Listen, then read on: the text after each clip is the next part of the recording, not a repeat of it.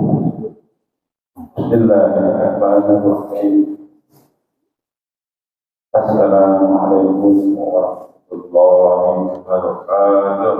Waalaikumsalam warahmatullahi wabarakatuh. Alhamdulillahirabbil alamin.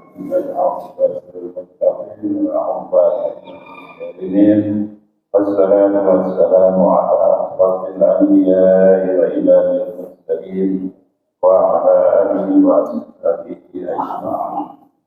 Rabbi shrah li sadri wa yassir li amri wa hlul 'uqdatam min lisani yafqahu qawli. Amin ya rabbal alamin.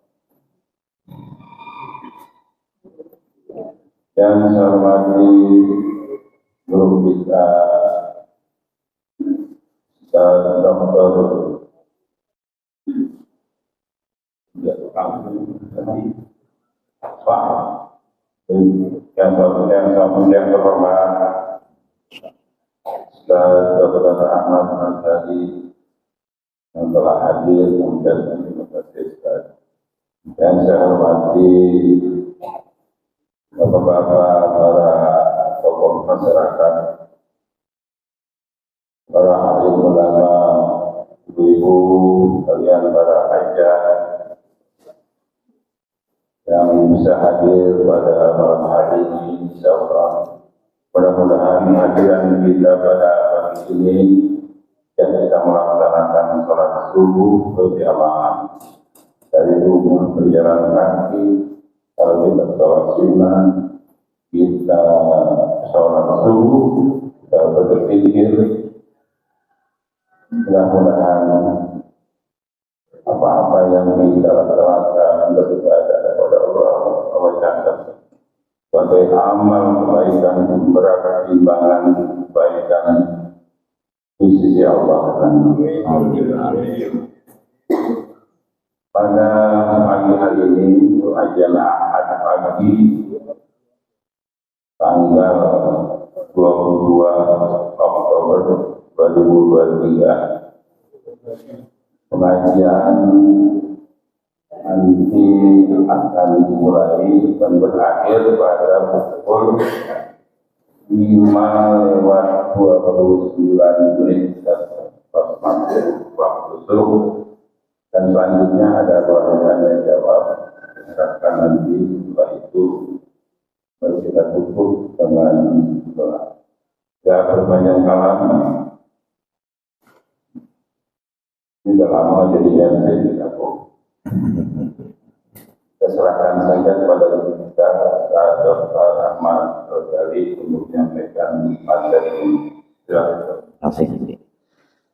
Ini aja. Ya.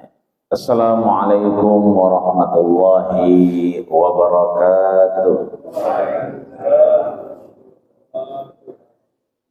Ya Habibi ya Muhammad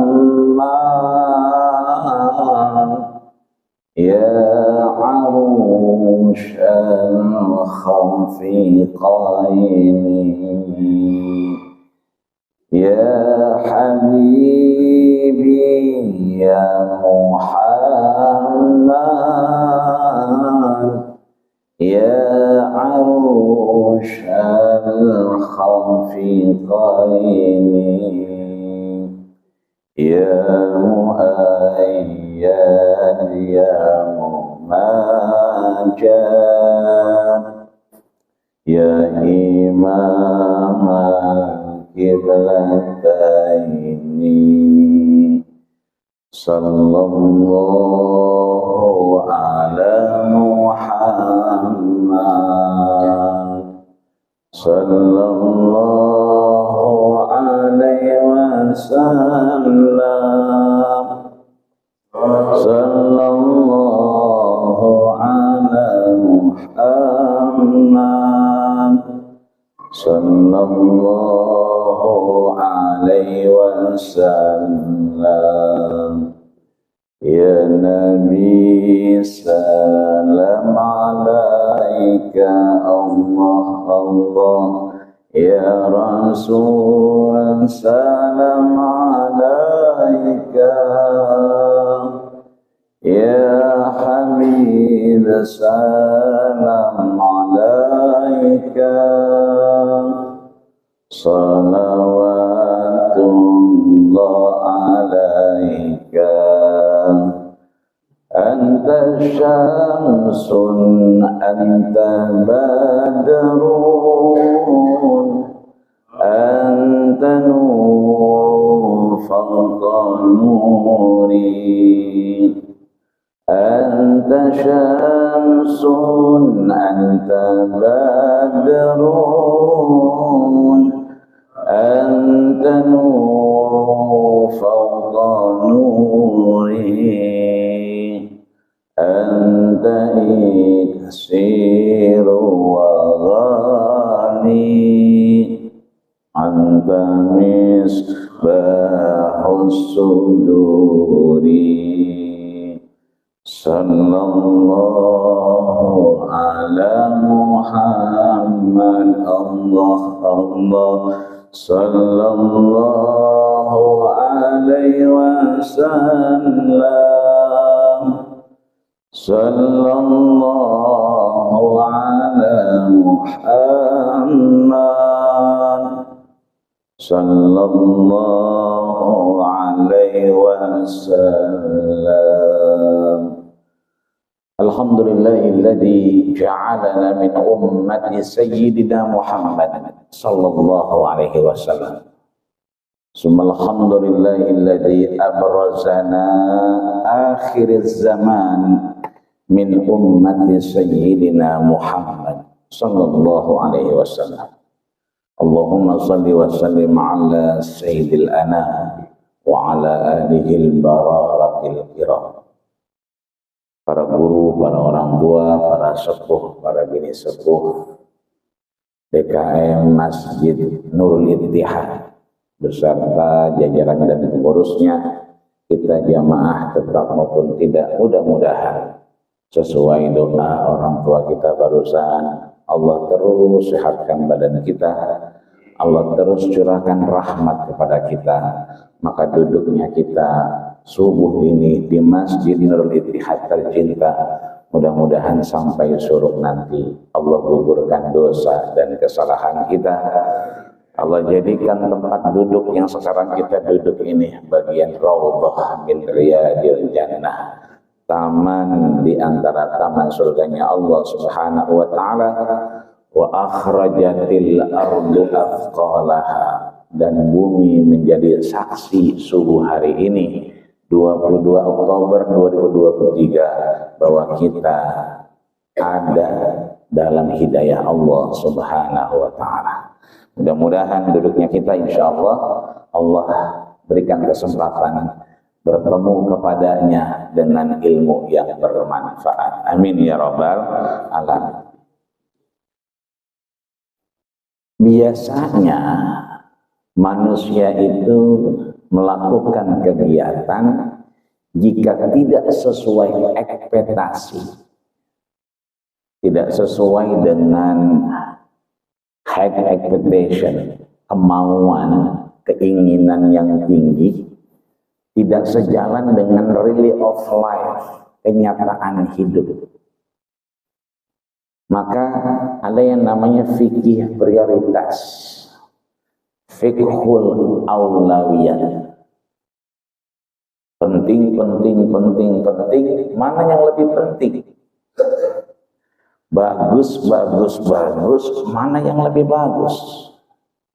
Maka sering kali kita mengenal yang namanya fikih prioritas, bahwa Allah percayakan umur masih ada, Allah persilahkan ruh menempel dengan jasad kita sebelum akhirnya nanti yursalu alaihil malak, Allah kirimkan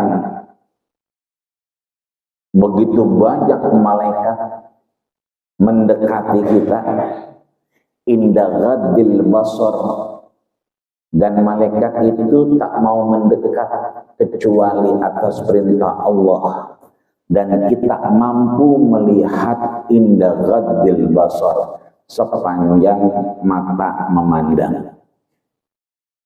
Ini kalau yang di depan mungkin sepanjang pilar pintu Masjid Nurul Ittihad.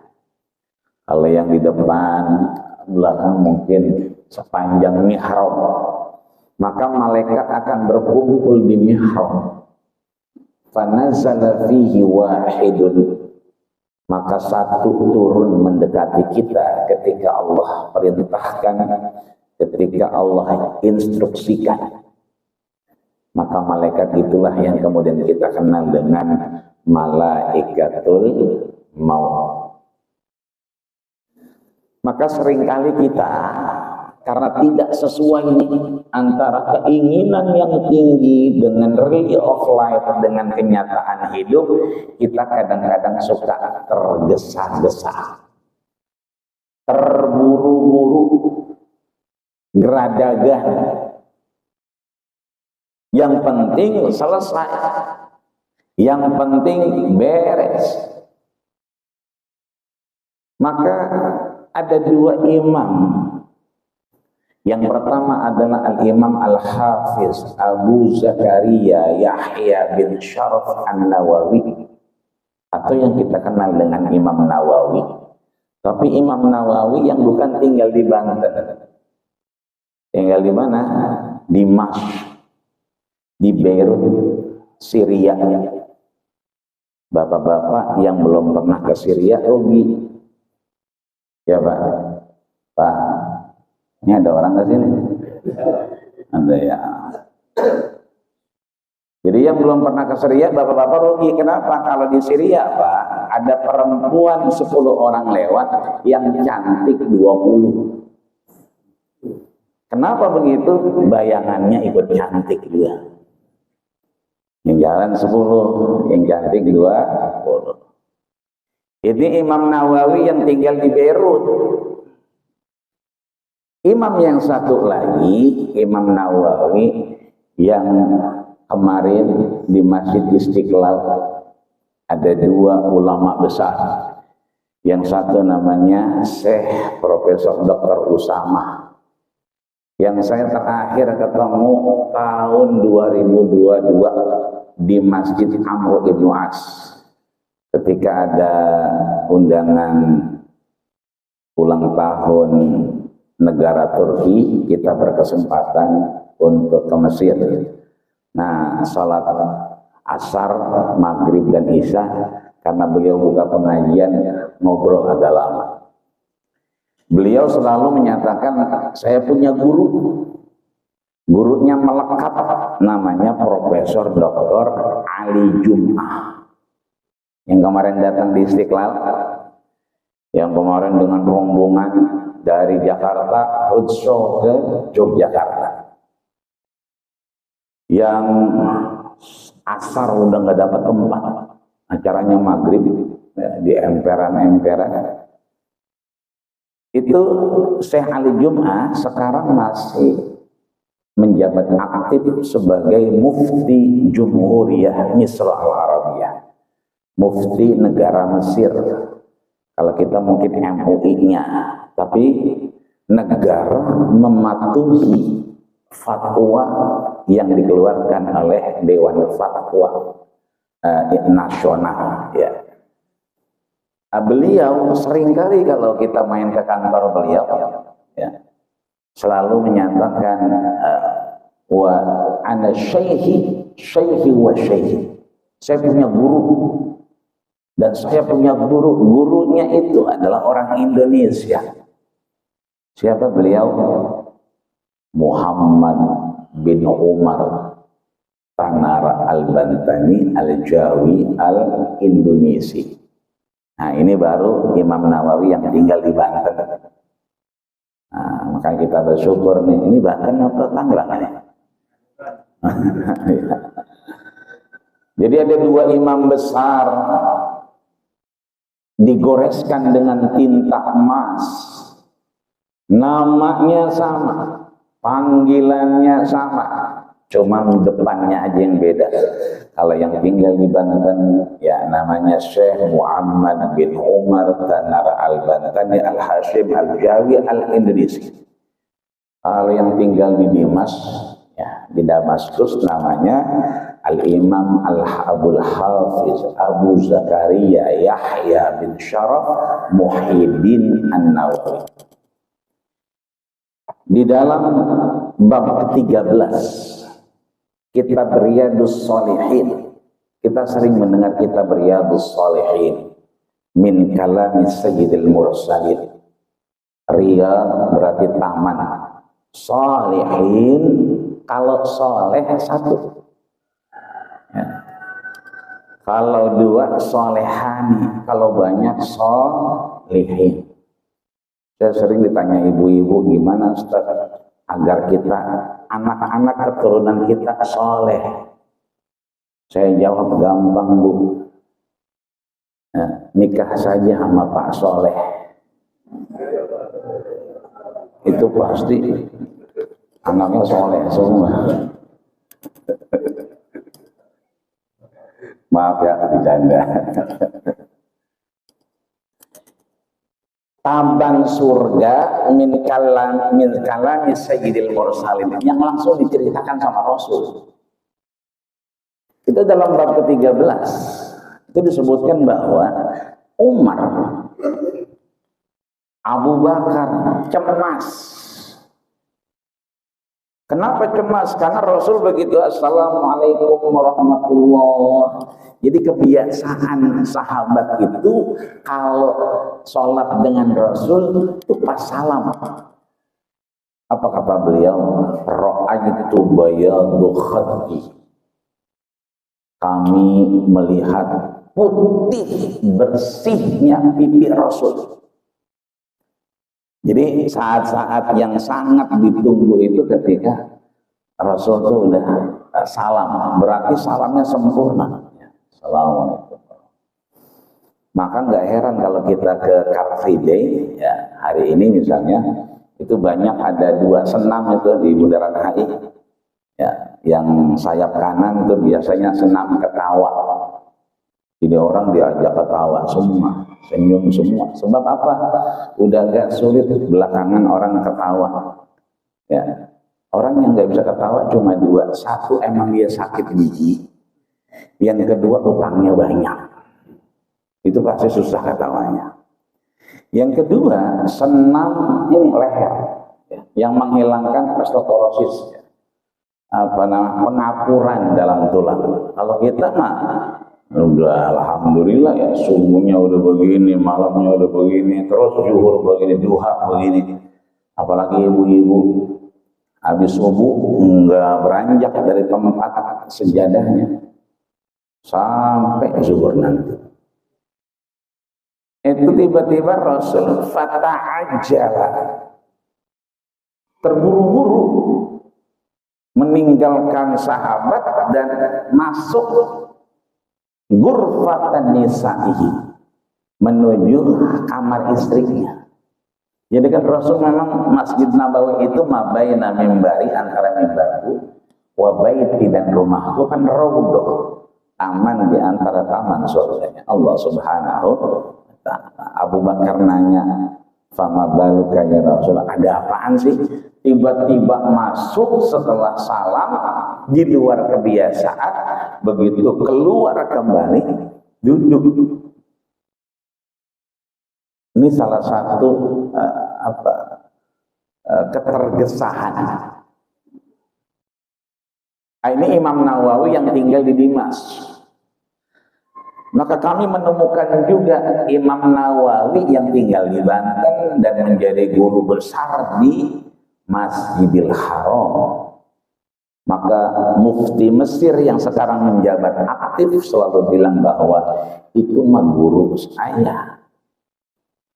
Ada satu kitab yang beliau tunjukkan, namanya kitab Hidayatul Zain.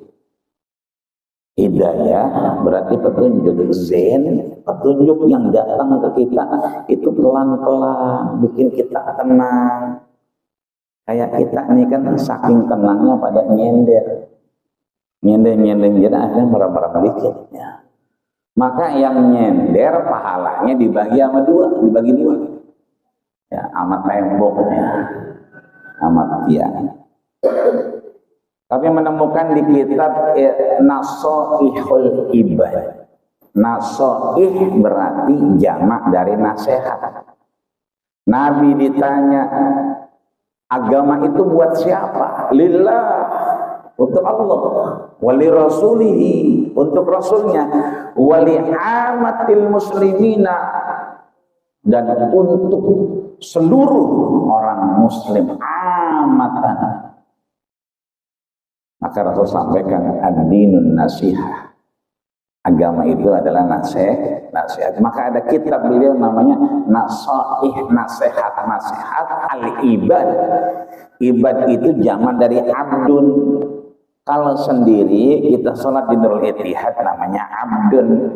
Kenapa abdun? Kata Nabi, aqrabu ma yakunul abdu fahuwa sajid. Posisi terdekat seorang hamba dengan Rabb-nya, penciptanya, ketika kita sujud. Maka bersyukur kita ini dalam posisi terdekat dengan Allah Subhanahu wa ta'ala. Apa yang disampaikan oleh beliau dalam kitab Nasoihul Ibad, nasihat buat hamba-hamba Allah untuk nantinya lil isti'dad, bersiap-siap liyaumil ma'ad, menghadapi hari berpulang kepada Allah Subhanahu wa ta'ala. Disampaikan bahwa al-ajalatu ayil isra'u, terburu-buru atau isra'. Itu kalau kita umroh atau haji masih ingat ya? Ya kan, sari, tori, cepet. Nah, tergesa-gesa, terlalu cepet. Itu di dalam sesuatu minasyaiton, udah pasti dia adalah karakter setan. Maka sering kita mendengar guru kita mengingatkan al-ajalatu minasyaiton. Tergesa-gesa itu adalah bagian dari sifat setan. Maka kita nggak usah lari ketika mau jamaah di Masjid Nurul Ittihad. Ya, sampai buru-buru sampai sendalnya pada putus. Ya, nggak usah. Nabi melarang itu. Karena kita insya Allah pasti akan menemukan jamaah. Begitu sampai Masjid Nurul Ittihad udah selesai, kita lihat kanan kiri kita, oh ada yang sholat. Langsung kita jadikan imam, boleh nggak? Boleh. Dan yang dijadikan imam kan biasanya dicolek tuh, ya, dicolek. Kadang-kadang digaplok. Wah, kaget dia. Mestinya nggak pakai dicolek, nggak pakai digaplok juga nggak apa-apa. Itu yang dicolek, yang digaplok juga nggak usah nahan-nahan, tangannya gini-gini. Maksudnya dia lagi sholat ba'diyah, jangan diikutin. Enggak apa-apa, imamnya sholat sunnah, yang di belakang sholat wajib. Boleh nggak? Boleh. Boleh, nggak usah khawatir. Nabi sholat isya berjamaah dengan mushaf, kemudian selesai itu datang sahabat yang lain, mushaf sholat isya yuk. Apa kata beliau? Bala, ayo. Kan udah sholat isya tadi beliau. Berarti sholat isya yang kedua adalah bukan yang wajib. Maka Nabi menyatakan fajaza alaih, boleh.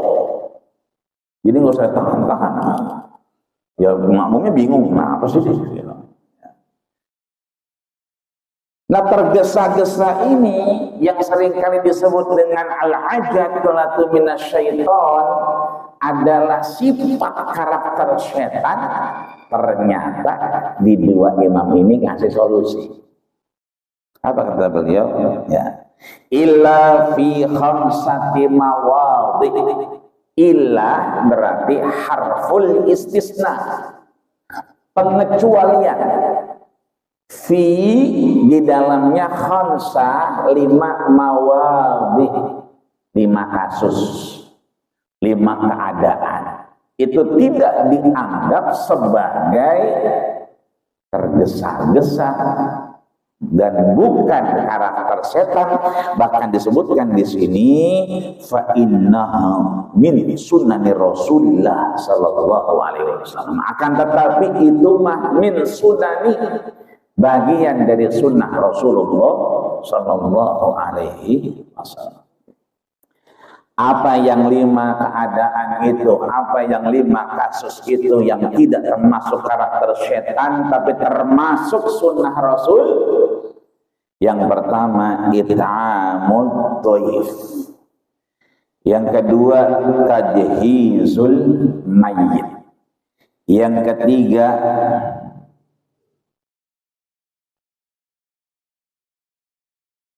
tazwijul bint. Yang keempat, qada'ud dain. Yang kelima adalah at-taubatu minadz dzanb.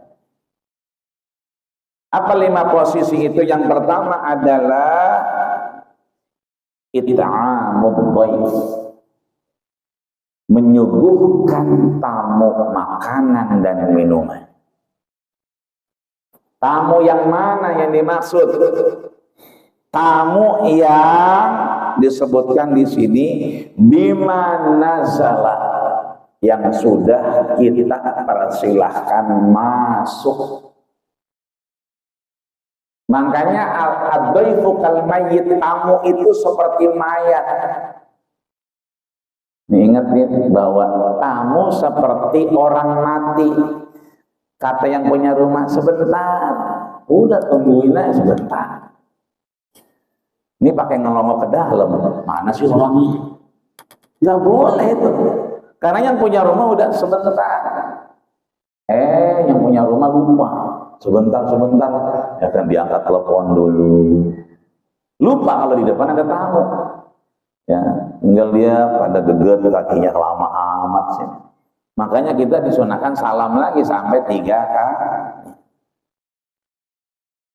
Dan kita nggak usah banyak request kalau kemudian kita jadi tamu. Kata yang punya rumah, duduk. Nggak usah dah, sebentar doang. Kan disuruh duduk, berarti kita harus duduk. Oh, sebentar doang. Yang punya rumah, ngopi ya ngopi. Kata tamunya apa? Susunya ada nggak susu? Boleh kali kopi susu, begitu katanya.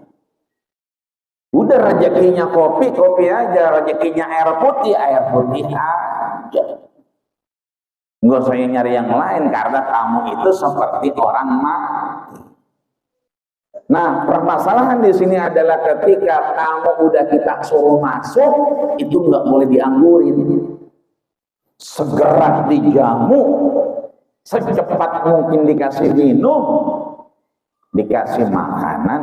Itu ketika dianggap tergesa-gesa, itu bukanlah bagian sifat setan.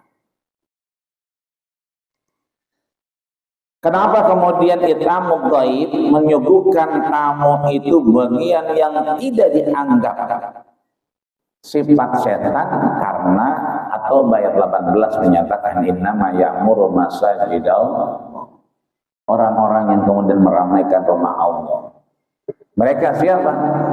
Mereka adalah yang beriman kepada Allah dan hari akhir. Man kana yu'minu billah, orang yang kemudian beriman kepada Allah dan hari akhir, falyukrim jarahu, maka kewajibannya adalah memuliakan dhaifahu.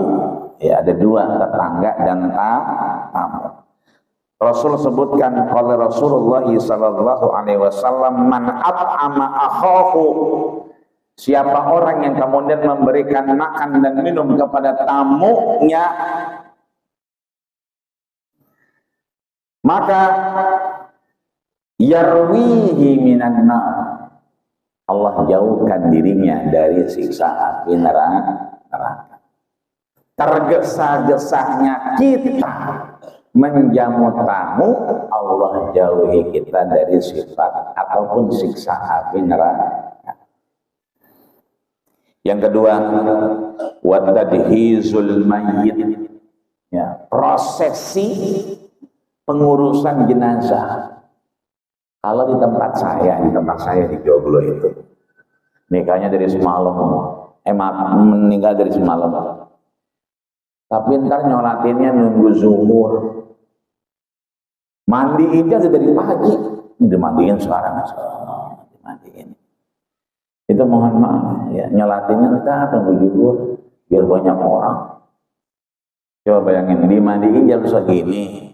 Kira-kira ada nggak indikasi kemungkinan itu keluar kotoran lagi? Kira-kira ya. Ada. Kalau kita di rumah sakit, maaf, di rumah sakit kan dimandiin, dimandiin. Itu kan sambil proses menunggu 2 jam. Jadi kan prosesnya itu berjalan. Salah satu syaratnya itu adalah menunggu 2 jam. Ya, kecuali kemudian ahli waris sekeluarga udah bawa aja. Kata tetangganya yang jemput atau keluarganya, Pak belum 2 jam udah bungkus, ya kan? Itu bisa atas persetujuan keluarga. Maaf, itu udah dimandiin juga kadang-kadang keluar lagi. Maka bisa diidentifikasi bahwa mayit yang kemudian sudah dimandikan, dikafankan, bersih, itu boleh jadi akan ada hal lain yang akhirnya tidak lagi suci. Maka disegerakan, gak usah nunggu zuhur, selesai siap berangkat. Kenapa demikian? Karena orang yang meninggal itu kewajibannya 4, bil ghusli wa takfini wa salatu alaihi wa dafni. Kita bisa lihat literasi yang ditampilkan adalah bil ghusli, hanya guslun doang berarti mandiin. Yang kedua bil kafni berarti kafankan. Tapi giliran yang ketiga wassalatu alaihi, kalau Allah berarti segera mungkin, kewajiban kita tuntaskan, selesaikan. Menyolatkannya itu nggak boleh nunggu-nunggu, segera mungkin. Makanya ada alaihi, beda sama tadi mandiin, nafanin, kemudian kebumikan, itu gak ada alaihinya. Maka segera kemudian. Yang kedua, kenapa disegerakan mayat ini? Rasul sampaikan, idza mata rajul, kalau orang sudah wafat, maka min ahli sihah, haknya adalah mendapatkan ampunan dari Allah Subhanahu wa ta'ala. Maka seseorang bisa mendapatkan ampunan ketika disegerakan proses jenazahnya. Jadi udah mau diampunin nih, Allah mau kasih ampunan, tapi karena masih nunggu zuhur. Kadang-kadang juga orang belum banyak ini, kalau lebih banyak lagi. Karena kan ngundangnya banyak, RT telepon bagaimana undangan udah disebar? Udah aman. Apanya yang aman sih belum ada orang ini. Ilokan gitu. Nggak ada orang, kagak ada, nggak ada orang, bocah semua. Kan kalau bocah bukan orang, Pak. Betul nggak? Saya sering kalau acara itu ditelepon panitia, Ustaz, dari mana posisi? Emang acara udah mulai? Ya belum sih, gitu kan. Terus orang udah banyak? Belum ada orang ini, baru bocah doang kan. Berarti kan belum ada orang, baru bocah doang, berarti bocah bukan orang. Jadi ampunan itu belum dikasih kalau belum selesai. Yang ketiga, wa qada'ud dain, qada'ud dain.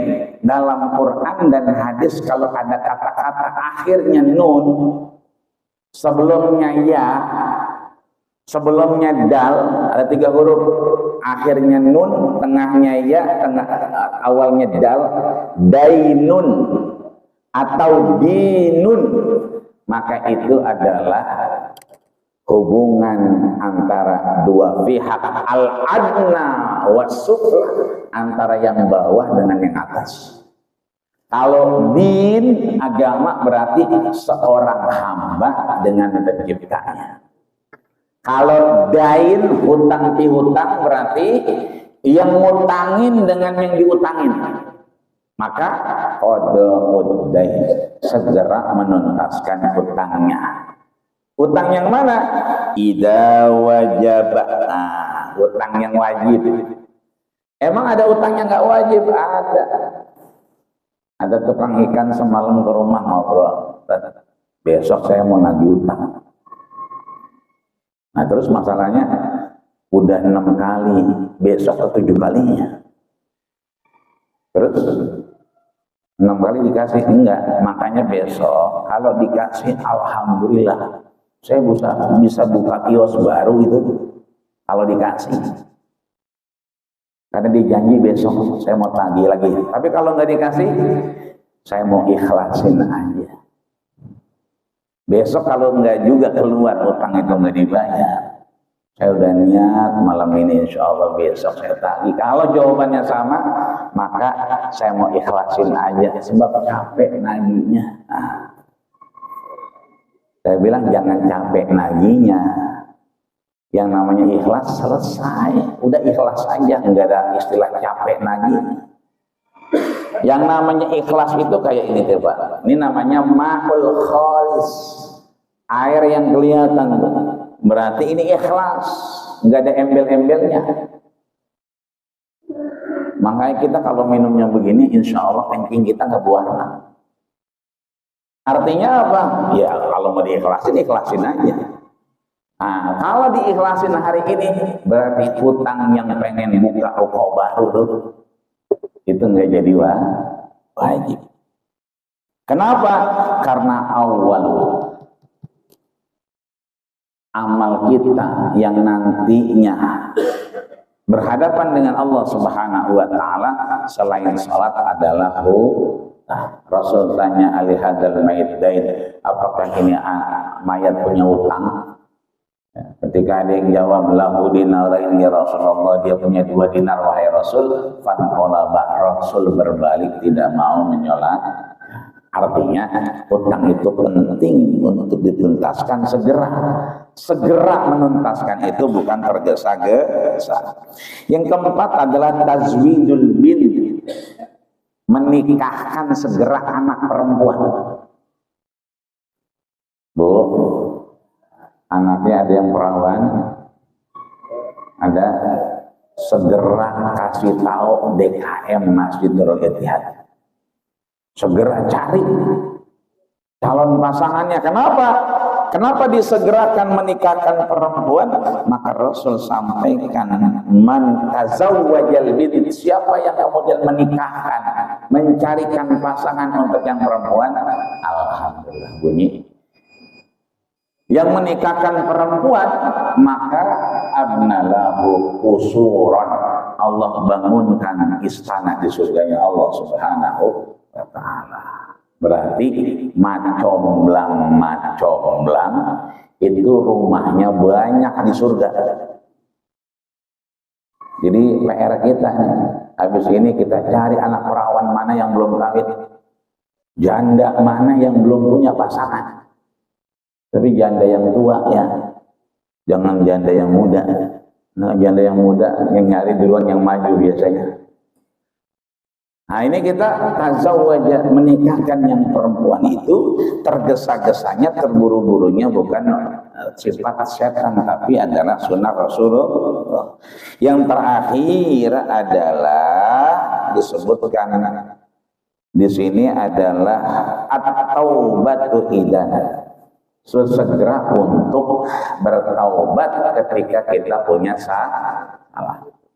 Ya, biasanya ibu-ibu nih salah sama suaminya. Ya Bu ya.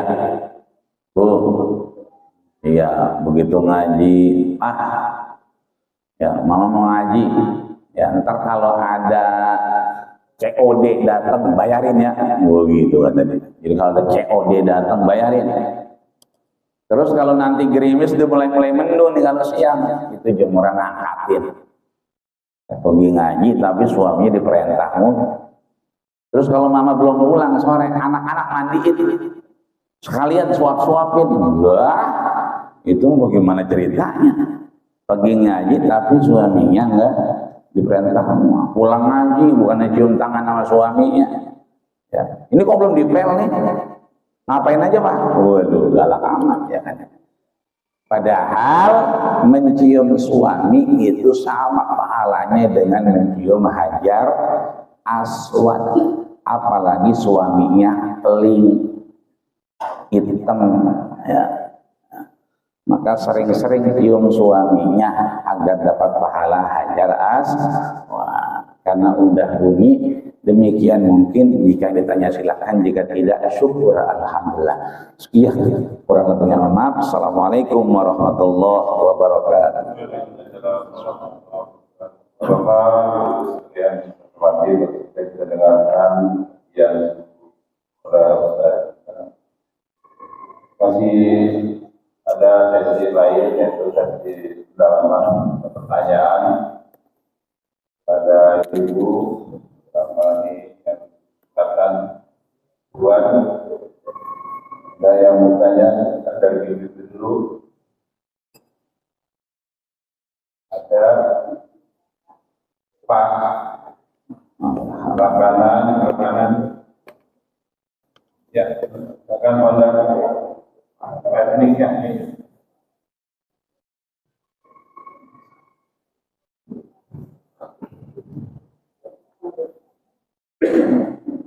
Assalamualaikum warahmatullahi wabarakatuh. Waalaikumsalam. Saya mau menanyakan masalah dasar muslim Ustaz. Itu dibandingkan oleh yang memandikan kebetulan orang non muslim Ustaz. Itu gimana Ustaz? Yang pertama. Yang kedua itu yang mengurus yang punya anak yang susah sekali kita minta supaya sholat tepat waktu, agak susah. Bagaimana Pak Ustaz? Assalamualaikum. Nanti dijawab oleh Pak Budi. Ya, Pak. Terima kasih. Assalamualaikum warahmatullahi wabarakatuh. Waalaikumsalam. Jadi kesimpulannya dari nasihat Ustaz harus disegerakan terus makin. Nah, ada tradisi di masyarakat kita. Terkadang itu tunggu anaknya dulu yang masih jauh. Padahal tadi kalau lewat 2 jam dimungkinkan waktu lain. Nah ini solusinya gimana? Apakah kita menunggu keluarganya yang sudah 3-4 jam baru datang, baru diurus dimandikan dan seterusnya secepatnya, atau anak tadi meninggalkan secepatnya diurus jadi termakan oleh dari. Terima kasih. Assalamualaikum warahmatullahi Bapak Iri yang Bismillahirrahmanirrahim. Assalamualaikum warahmatullahi wabarakatuh. Waalaikumsalam. Saya ada 2 pertanyaan. Yang pertama, masalah jenazah tadi. Ustaz mengatakan bahwa Nabi Muhammad SAW tidak ada menyarankan kalau mayat itu berhutang. Nah, di kita di Indonesia kadang-kadang sebelum kita menyarankan ada sambutan dari keluarga yang mengatakan apabila ada hutang kita maka akan berhubungan dengan itu. Nah, kebetulan sudah berhubungan dengan itu, tapi sampai saat ini umpamanya masih tetap berhutang. Itu mohon penjelasan. Yang pertama. Yang kedua, masalah sholawat Ustaz.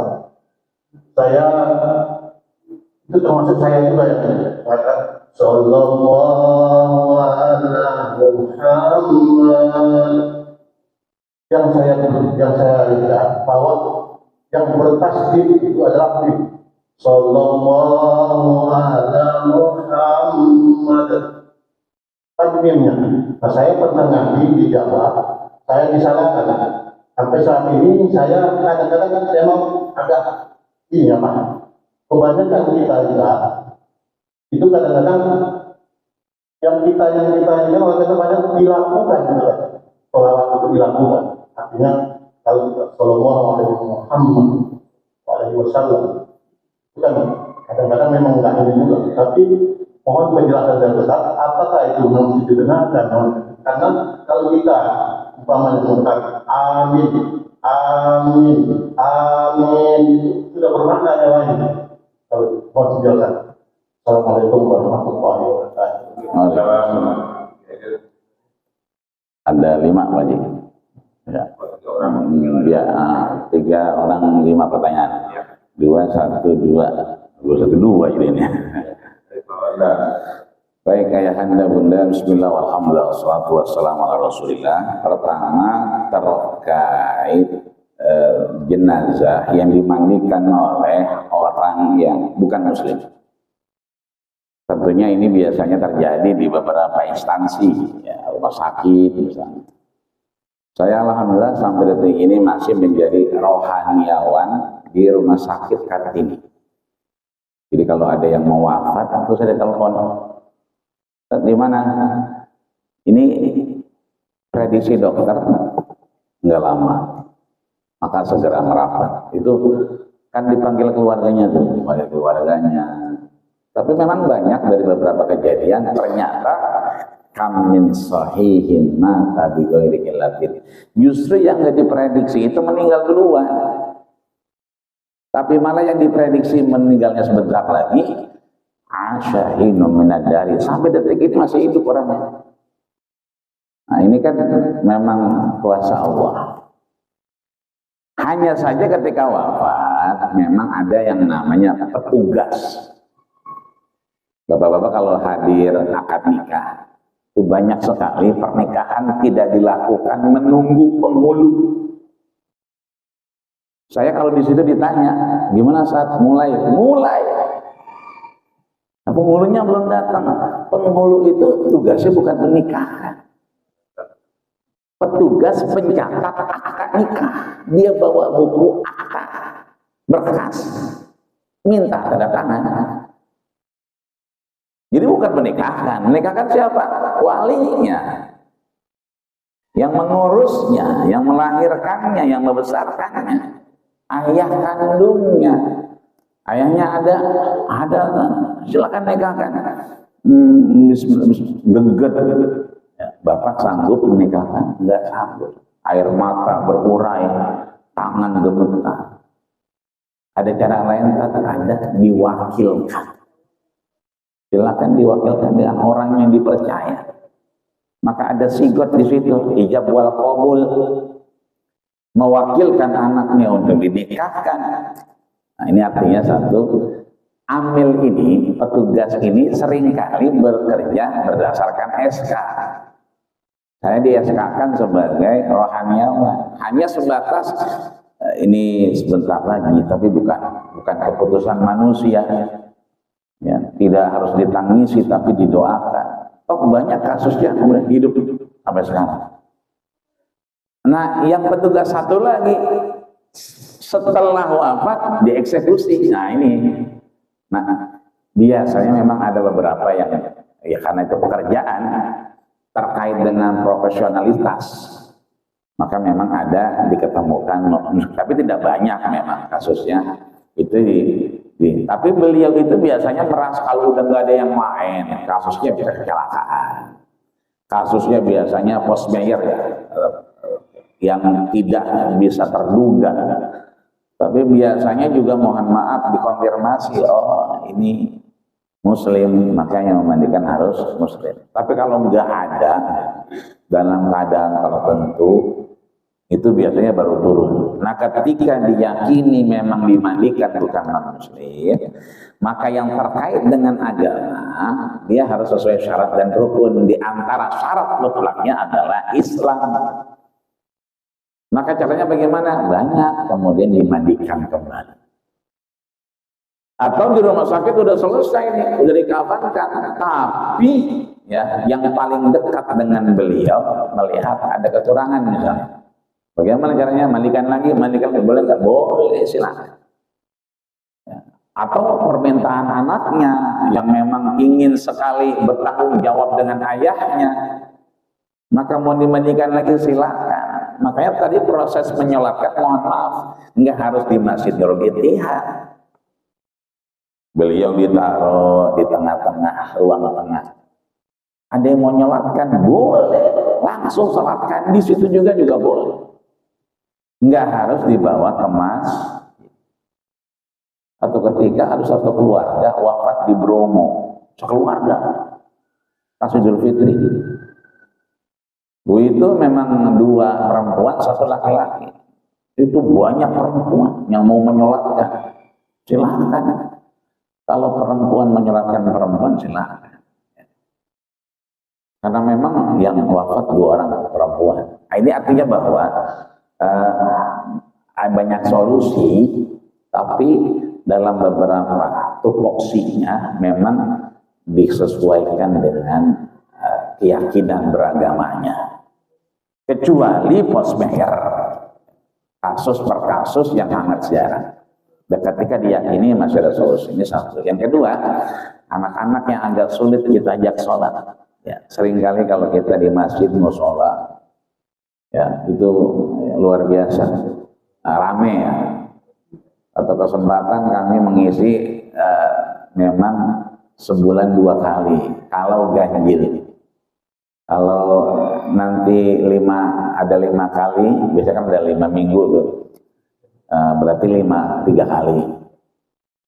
Hari itu riuh, rame, sampai ada jamaah, maaf, anak ini dipukul. Teman-temannya nggak terima, teman-teman anak kecil. Anak sekarang kan beda Pak sama anak dulu. Anak dulu kita lihat bercanda nih, takut dia. Mau ngambil mangga kita mau diambil sama dia. Kita nggak usah teriak-teriak melarang, kita DM aja. Selesai urusannya dia. Ngumpet dia ke gua. Anak sekarang enggak. Dia mau ambil mangga, apa kata dia? Batuk Pak Haji. Minum klonidin Pak Haji, begitu tadi. Itu mau ngapain? Mau ambil mangga Pak Haji. Lah kan ada yang punya. Apa kata dia? Lo punya Allah, begitu. Anak sekarang. Maka saya tanya, bapaknya mana ini? Yang dipukul bapaknya mana? Nggak ada. Saya tanya, kenapa ribut di masjid? Apa kata dia? Disuruh bapak. Jadi dia ribut di masjid disuruh bapak. Gimana ceritanya? Kan saya lagi bercanda saat pagi, lagi bercanda di rumah. Bapak saya ngomong, bercanda mulu nih, sana ke masjid. Ya akhirnya dia pindah ke masjid bercandanya. Jadi kalau ada anak kecil ribut di masjid, di musola, yang salah siapa? Bapaknya itu. Mestinya lagi bercanda, ayo ke masjid, bapaknya nyontohin. Bukan sono ke masjid. Sebab anil mar'i la tas'al an qarinihi. Seringkali kalau kita pengen sesuatu enggak mesti ke sana. Kita cukup cari tahu yang bisa menuju ke sana. Dulu orang mau ke Amerika, ke Eropa harus datang ke rumah yang pernah pergi. Ke Mesir, mana Libya atau macam-macam ke Palestina, harus yang pernah umroh ke Aqsa. Dulu, kalau sekarang nggak perlu. Kita bisa menggali informasi dengan sangat baik dan cepat. Artinya surat Al-Ahzab ayat 21 jelas, laqad kana lakum fi Rasulillahi uswatun hasanah. Abu Bakar sampai kemudian mohon maaf membatalkan sholatnya khawatir Rasul wafat karena kondisi beliau memang lagi kurang sehat. Umar menyusul, nah, ini kayaknya Rasul datang waktunya karena sujudnya lama. Ternyata Hasan sama Husain cucu beliau lagi main kuda-kudaan. Artinya maaf, yang mukul tadi anak kita juga nggak mesti dipukul. Karena Nabi aja nunggu sampai Hasan tuh turun. Sebab kalau Nabi kemudian bangun, jatuh ini. Artinya dua-dua ini kembali lagi kepada pemahaman kita sebetulnya. Maka mudah-mudahan kita bisa terus memberikan rekaman baik kepada anak-anak kita. Yang ketiga, tradisi di masyarakat menunggu anak. Ya. Mana yang kita laksanakan? Maka wa amruhum syura bainakum. Jalan musyawarah itu adalah jalan terbaik. Caranya bagaimana? Ada hal yang memungkinkan, ada hal yang enggak memungkinkan. Maaf, memungkinkan nih, tiket udah di tangan, sekarang kan udah digital semua. Ya. Dulu kita mau masuk pesawat aja, itu boardingnya harus di depan pesawat, sekarang enggak perlu. Karena barcode-nya udah bisa sampai jalan. Artinya kalau kemungkinan itu bisa diantisipasi dan bisa disegerakan, kenapa tidak? Mungkin mohon maaf kita menunggu gitu. Karena yang berhak beliau meneruskan urusan yang kemudian mohon maaf hutang piutang, ahli waris atau gono gini. Ya mungkin ada urusan yang belum selesai atau ada wasiat. Jadi kalau memungkinkan, dianggap memungkinkan dalam musyawarah, silakan ditunggu. Tapi kalau tidak memungkinkan, maaf, tiket belum beli, ya kan. Terus masih orang di mana tahu, terus kemudian maaf delay. Nah udah itu, ya. Tunggu dulu nih, delay lagi. Berapa jam lagi? 4 jam lagi, itu keburu maghrib kalau Isya. Kapan mau dikuburkannya? Itu kira-kira artinya secara nalar akal sehat dia bisa dijadikan satu bahan bahwa ini memungkinkan, maka ditunggu dengan cara apa? Dengan cara musyawarah. Tapi kalau diyakini ini tidak mungkin, nah gitu, maka silakan diputuskan yang terbaik. Ya. Nah, itu kira-kira yang biasa terjadi. Ya. Kemudian yang kedua sebelum terakhir, sebelum salawat tadi apa saya lupa. Pagi udah tuh.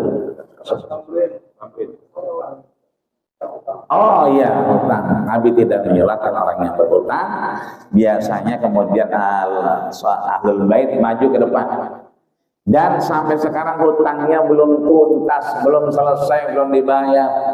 Hutang itu akan tetap menjadi hutang. Maka inisiasi itu diijtihadkan oleh ulama. Inisiasi Rasul kemudian fanqalaba meninggalkan itu harus selesai. Itu inisiasi bahwa sikap Nabi begitu. Maka kewajibannya harus selesai. Maka mohon maaf tidak dibagi harta warisan sebelum hutang piutang tuntas. Tidak boleh harta itu berpindah tangan sebelum wasiat selesai. Dua, hutang dengan wasiat. Ya. Maka Nabi kemudian dikasih harta melimpah oleh Abu Bakar. Kata Rasulullah, "Pelak, jangan Abu Bakar. Kalau nggak boleh semua, fanisfuhu setengahnya Rasul." "La, enggak Abu Bakar." Apa kata Abu Bakar? "Idzan sulusuhu." Sepertiganya deh. Apa kata Nabi? "Fasulusu kasir."